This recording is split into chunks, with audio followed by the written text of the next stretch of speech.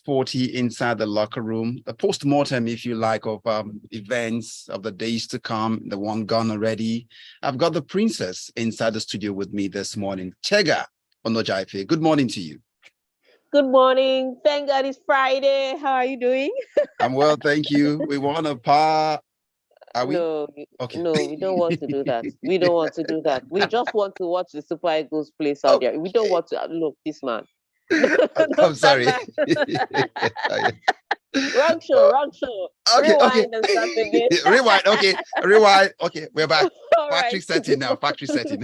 Factory setting. Good Yes. morning, everybody. So today, what is happening today? So we're talking about the friendlies that are going to happen over the weekend. We'll talk about the African Cup of Nations draws that will be taking place in January. No easy group, no way out. Everybody's going to face it in their different groups. So we'll talk about the draws that happened last night. We'll also touch a little on the tennis. All the big names seem to have fallen out of the Shanghai Masters. So we're talking about that. Mhm. And then what else? We'll talk about of course, we're going to branch by the war in Israel. Um, with the Palestinians and all of that, because Mhm. sports is politics. And at the end of the day, we'll round up with some interesting news from Morocco. They See. have hired former Spanish national team coach. We'll talk about that at the end of today. But before we do that, Omashe, could you tell us how can we be a part of the locker room this morning? Price on Friday for you, Tega. You can be part of this conversation inside the locker room on 0809-444-0981 will be where we get the calls coming. We expect those calls. You know, we'd like you to be part of the locker room on 0809-444-0981. Now, you can find Elon Musk's X, and then he's found his don't know if you found your X already, but then go to X at Smooth981FM. Look for us also on Instagram and, of course, on Facebook using that. Then also on youtube.com/smooth981FM Lagos. You can also watch what's going on and also find past edition of the locker room. Just feel free to subscribe to the channel, and then you'll be first to know. That's it, Tega. Energies for me now. No hot gist right now. Okay. But let's start with the headlines, and then we'll take the stories one after the other. All right, let's get peaky with this one on the bill this morning. AFCON 2023, Nigeria draw host Ivory Coast and Equatorial Guinea and Guinea-Bissau, as Daniel Deboer, promoter, formally appeals to have Alexander Usyk results overturned, as we've got Koda holds off Shelton to battle into Shanghai semi-finals, as Spain avenged Scotland defeat in Euro 2024 qualifying, as Jorge Vilda, Morocco appoint former Spain manager as head coach, as FA tried to make best decision on Israel-Gaza tribute, says Gareth Southgate.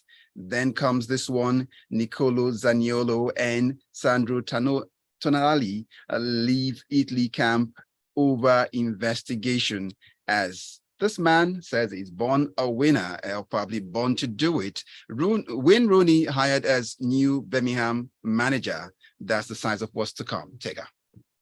All right, so all those are the big deals, but Wayne Rooney getting another managerial job is an interesting one to me. I think sometimes it just pays to be in the right place. You know, regardless of how much we talk about Lampard, he will always get hired. You know, regardless of what you say about Steven Gerrard, he's already Yes. hired in Saudi Arabia, and now Wayne Rooney. So let's see how this turns out for him. But first of all, let's talk about the African Cup of Nations taking place in January in Cote d'Ivoire. Now, the Super Eagles of Nigeria have been drawn in Group A with hosts Ivory Coast, or if you like, Cote d'Ivoire, Equatorial Guinea, and Guinea-Bissau for the 2023 African Cup of Nations. The draw took place on Thursday night in Abidjan, Cote d'Ivoire, where the competition will be hosted from January 13 to April the 11th, 2024. This is a huge one. So when Nigeria was put in for the draws were being made, we're just wondering which group is going to be group of death. So far, I haven't seen a group of death, but every group is kind of tricky. every group is kind of tough. If you don't have a former champion in it, you have a potential champion in it. It's just a tough one now. But Nigeria is playing Cote d'Ivoire, who are hosts. They also play Equatorial Guinea and Guinea-Bissau. So the most tricky draws. However, with the form the Nigerian team has and the players that they have, I think Nigeria can come up with 9 points. Yes, I know Cote d'Ivoire is there, but I still think we can come up with 9 points. I think the tougher matches for us will be Equatorial Guinea because they can be very tricky. So it's a tough one to see how we'll go through. But let's feel the pulse of people right now.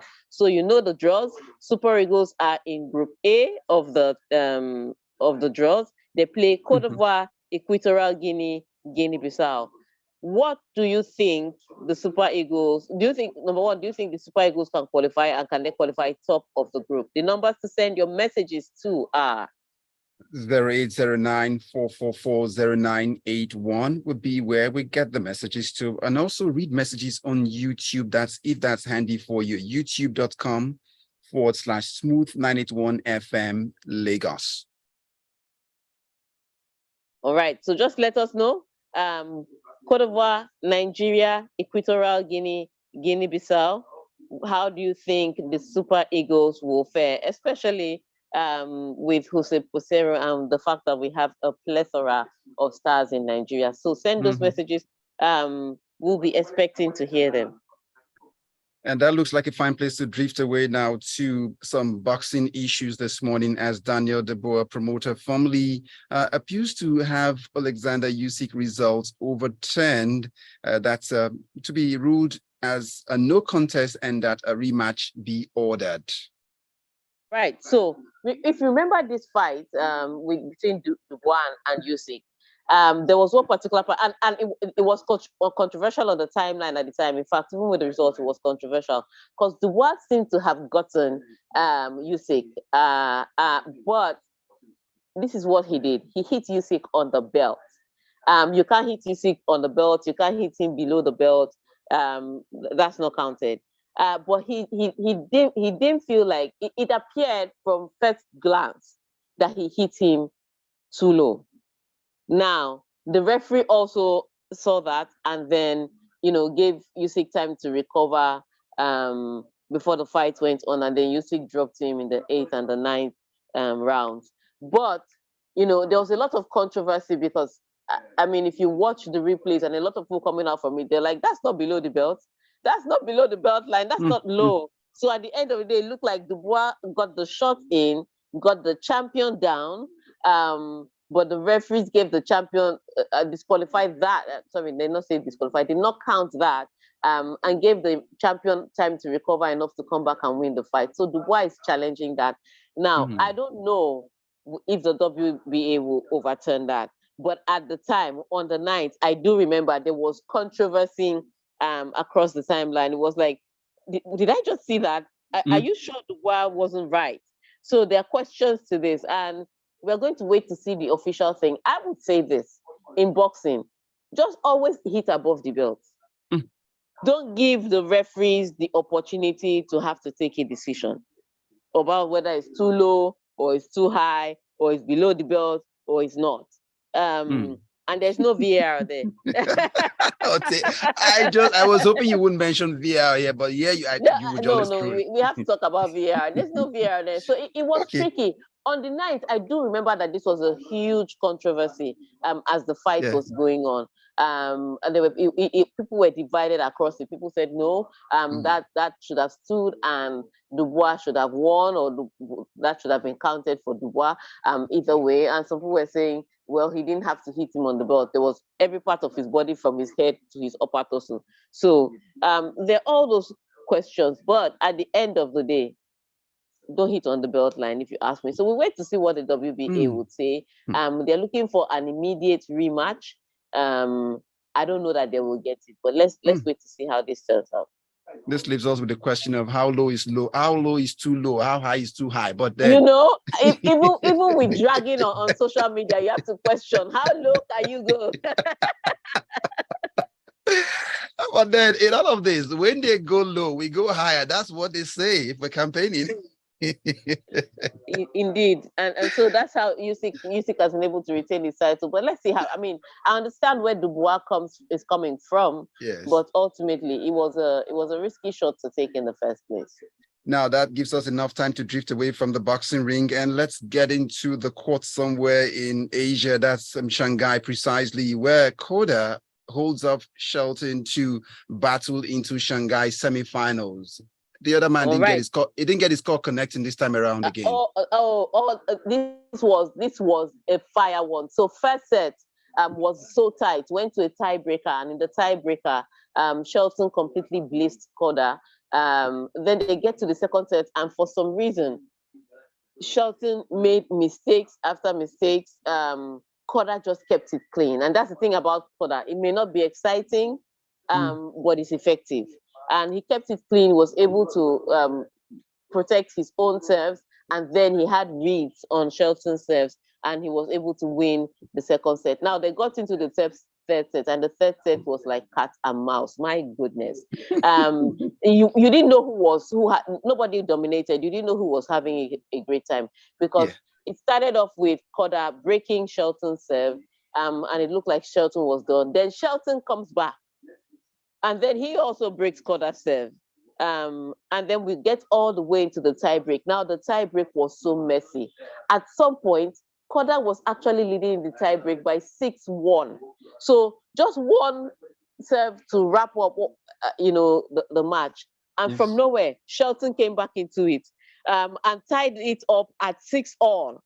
And you're like, okay, maybe Shelton is going to win it now, because Shelton seems to be the one to have the momentum. Not true, because the very next serve, Koda stole the point. So it was really a cat and mouse. You never could tell at some point. But at the end of the day, Koda continued his fantastic results in Shanghai. Remember, he was one that took out Daniel Medvedev. And then now he's taken out, after Carlos Alcaraz was knocked out, after Yannick Sinner was knocked out, he's now taking out Shelton, another great potential to win this. So it's interesting to see how the Shanghai Masters has really turned out for Koda. But congratulations to him. Really great performance, really great one for him there. Now, Tega, before we leave this court issue, there's still an African factor. How do you go to a game, win a match, but yet you would not go across to play the next person? Why not just walk, say you are not playing in the first place? I'm talking about Onojiafe. It's not win a match and say you're not playing with the next person. She's obviously struggling with something and she wants to play in Cancun. Okay. Is that simple? It's not. She's not fighting any. Well, I don't know that she's fighting any private wars. It's just. Okay. And even when she won that match, I remember the second set, Bronzetti came back into it. So it looked very comfortable for Onojiafe to some period. She had won the first set. The second set, she'd broken Bronzetti. She even served for the match.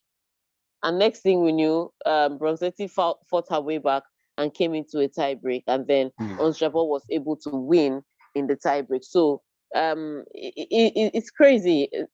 She's obviously struggling with something, but she does not want to miss Cancun, which is the finals of the WTA. The top 8 are playing there.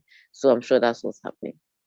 Tega, we have the green light right now to allow traffic flow by, but when we come back, we've still got Spain issues to talk about. Spain Scottish issue. Okay, Vilda is also in the bill for us, but that will be after this time out. And we'll also be taking the messages about your thoughts on the Super Eagles in Group A. How do you think they would fare? We'll take all those messages when we come back from this quick break. Get the thoughts in on 0809-444-0981 or go to youtube.com/smooth981FM Lagos and leave your thoughts there. We'll be right back.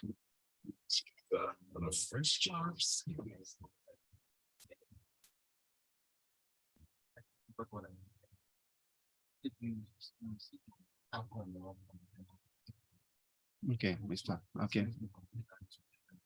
Okay, sorry, Mr. Thanks for that. You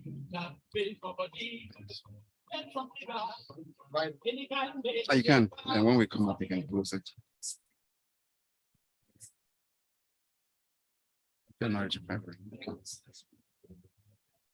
Connection is very important. It's run at home or on the go. With Airtel Home Broadband Internet devices, get the 10,000 Naira or the 20,000 Naira router that gives you 30 gigabytes and 100 gigabyte data instantly, or the 5,000 Naira MiFi and the 7,500 Naira MiFi that gives you 5 gigabytes and 30 gigabytes instantly. Hurry to the nearest Airtel shop or visit www.airtel.com.ng/HBB to get started. Airtel, a reason to imagine. What does future forward banking mean to you?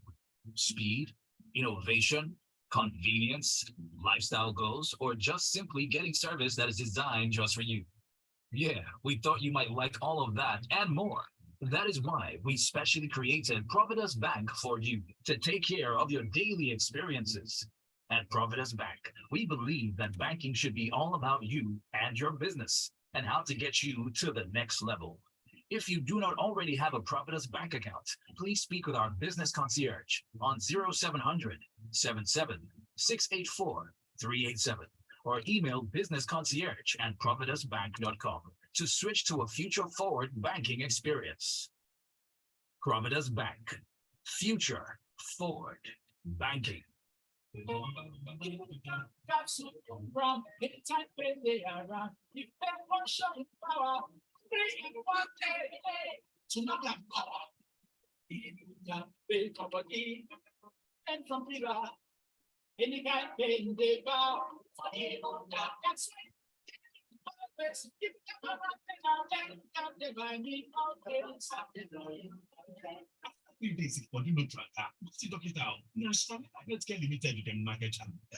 It's the breakfast food on your radio.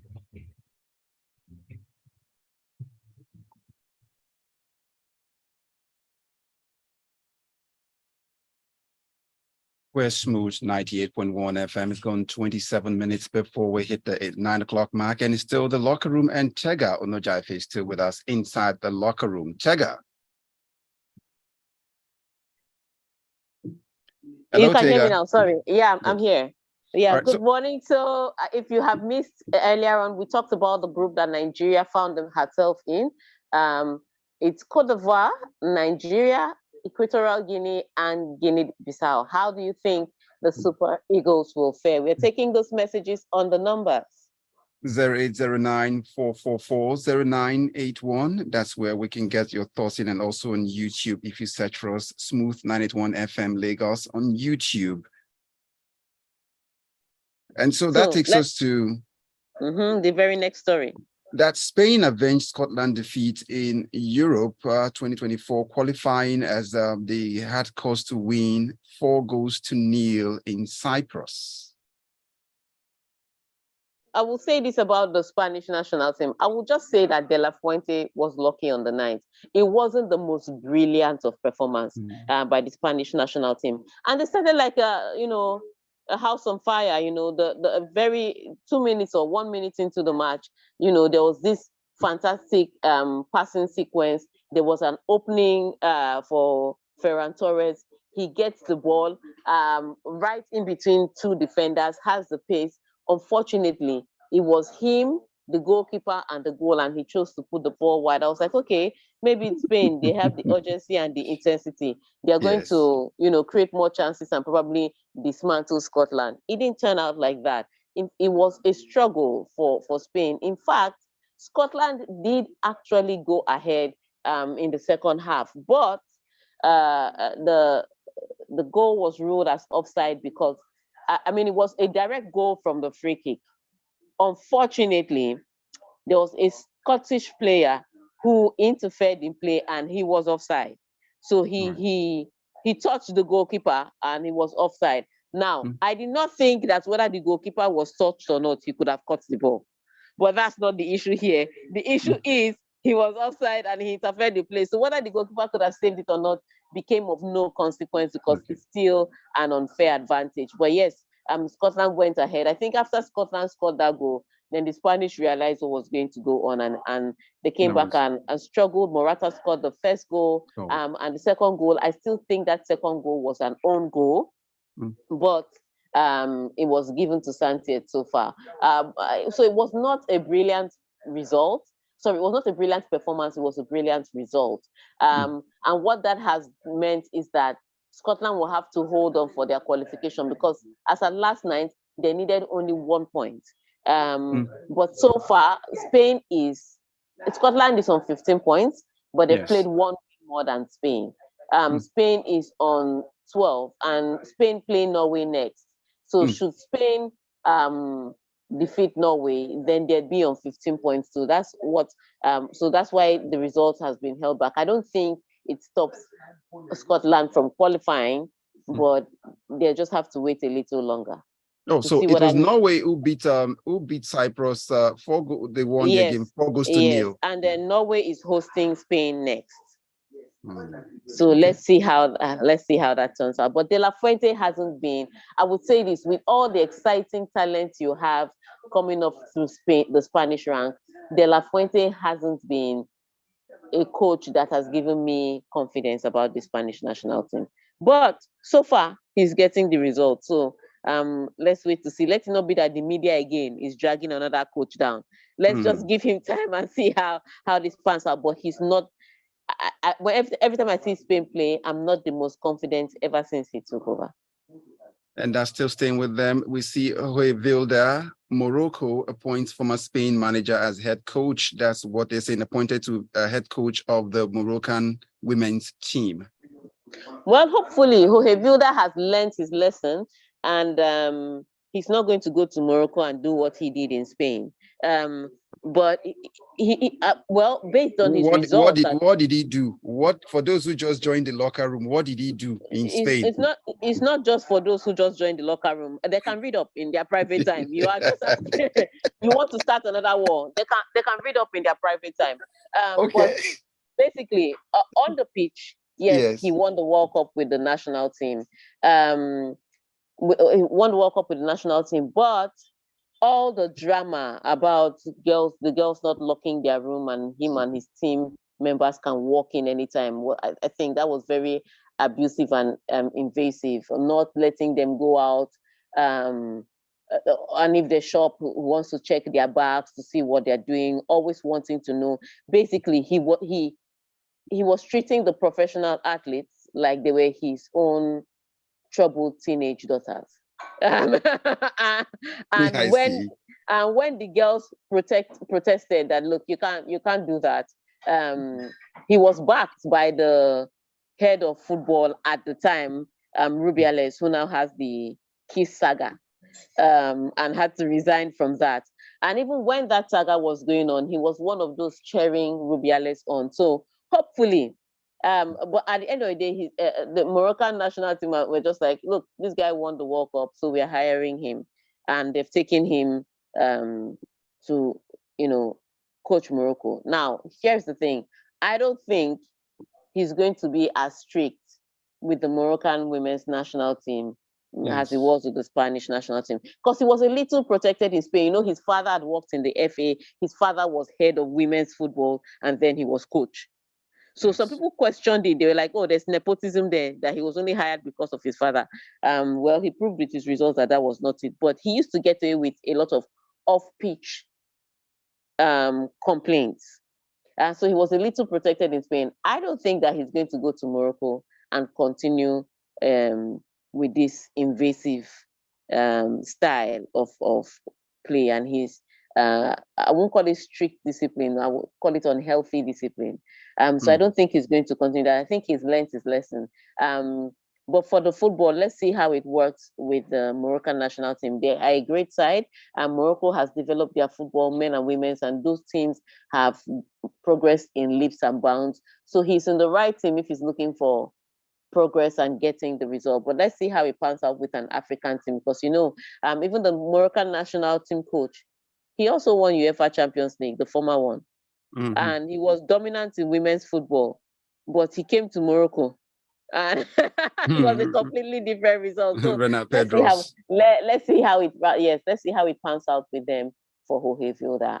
I'm never in support of this kind of appointments, but he won the World Cup, and if you win the World Cup, people are going to hire you. Let's touch base with the English FA as they try to make best decision on Israel-Gaza tribute. Garrett Southgate is making the explanation right now.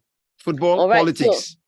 So, it's, at the end of the day, so England is going to be hosting Australia in a friendly, and you know how it is usually for causes they light up the beam all over Wembley. Now, because they are allies with Israel or allies with Israel's allies, you know how it is.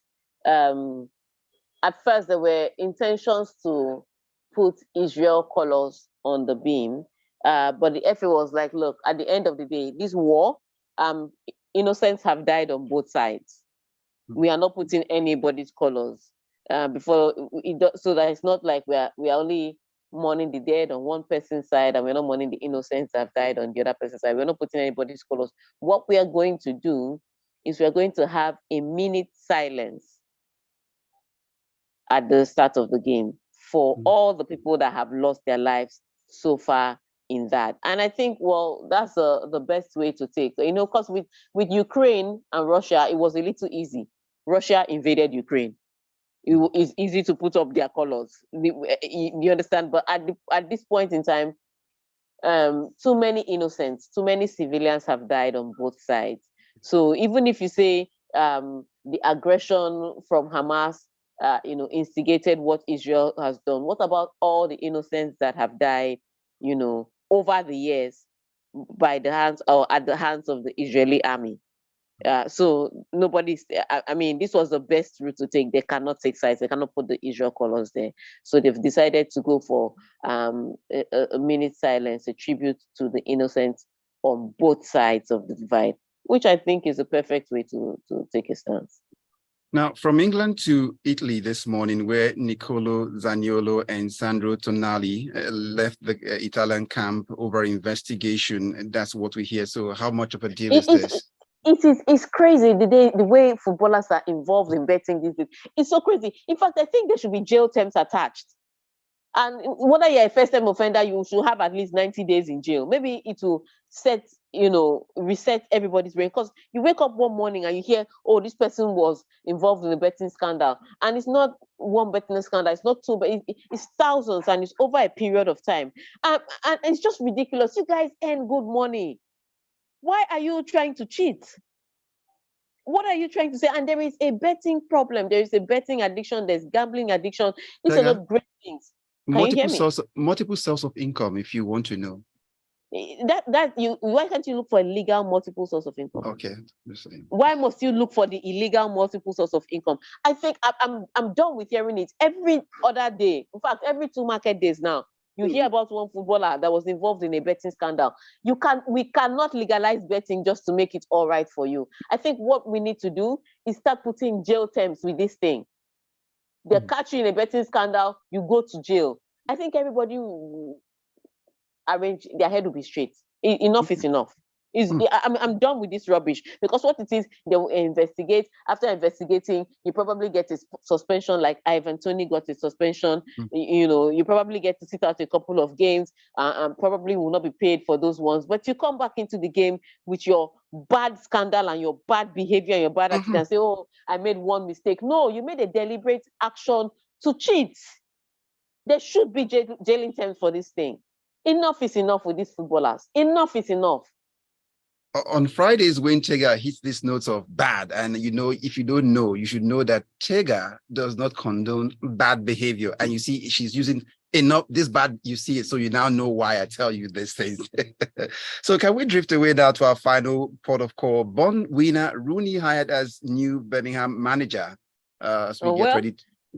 Yes, when Rooney, congratulations to him again. But he's, like I said, you would think about coaches, and he's getting a second chance, at doing another job. Can he do the job very well? I don't think so. I saw what he did at Derby. It was not the best display of coaching brilliance, but he's been given the coaching head position at Birmingham, and he says that his own is to get promotion for Birmingham. So let's wait to see how it pans out for him. But I always say this thing about managers. Maybe I should have become a manager, because they're like a revolving door.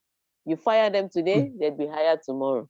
Yeah. So, All right. So let's get to the messages. I see Tayo's message here. Nigeria Super Eagles need to invest in midfield talent. Too many forward and attack-minded talent. Tega, share the info on the new Moroccan coach. Some of us, and then she's done that already. England FA, best in diplomacy. Almost everything I hear about Italian football is of recent is unpleasant. Imagine professionals delving into such tomfoolery. After suspension, they would do interview to rationalize their action. I see another one here. Ivan Tony will be looking at them like, Shinaoli Miabi. That's AY from Oniru here. I see HK's message. There's so many of them in this betting scandal, but now when they're catching one after the other, you just put a jail term. We see whether they will still do it. 90 days in jail. In jail, Popo. Vilda likes to check women's bags after shopping, while Rubiales puts his lips where it isn't solicited for, and both men had each other's back. You better be careful in Morocco, else it goes south in no time. There are many nations that are playing football qualifiers and friendlies about this period, but the English just wants to mess things up with their political stance, just how they have been doing with VAR. They should play football and peace, because the issues with Israel and Palestine has a history far beyond everyone and active now. But the English so far seem to be the ones that have taken the right stance. They're not, they're not taking either Israel or Palestinian sides. They're just saying, look, the innocents that have died, that's who we are praying for. End of discussion. And they have to, because if you've taken a stand for Ukraine, if you've taken a stand for Russia-Ukraine war, and you've taken a stand for other conflicts around the world, yes, my dear, you have to take a stance here. So what's your stance? Their stance is we are praying for we're mourning the innocents. Stand for something or fall for something, but at this note, it's time to go, Tega. All right. So thank you so much for joining us.